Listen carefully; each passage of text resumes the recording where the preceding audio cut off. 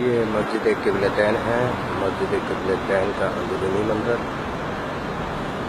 और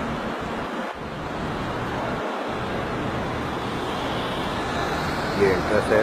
और जब किबला चेंज नहीं हुआ था तो पहले ये इसके निशानात हैं। आज भी वो बना हुआ ऊपर।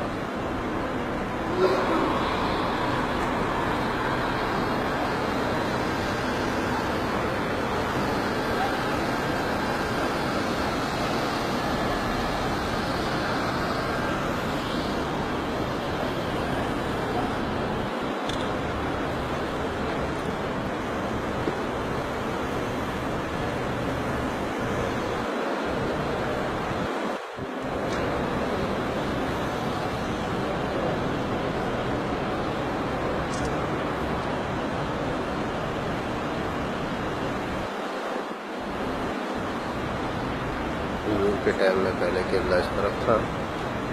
जब वही आई तो किबला इस तरफ कर दिया गया, खाने काबा की तरफ जो है कायम हमेशा रहेगा।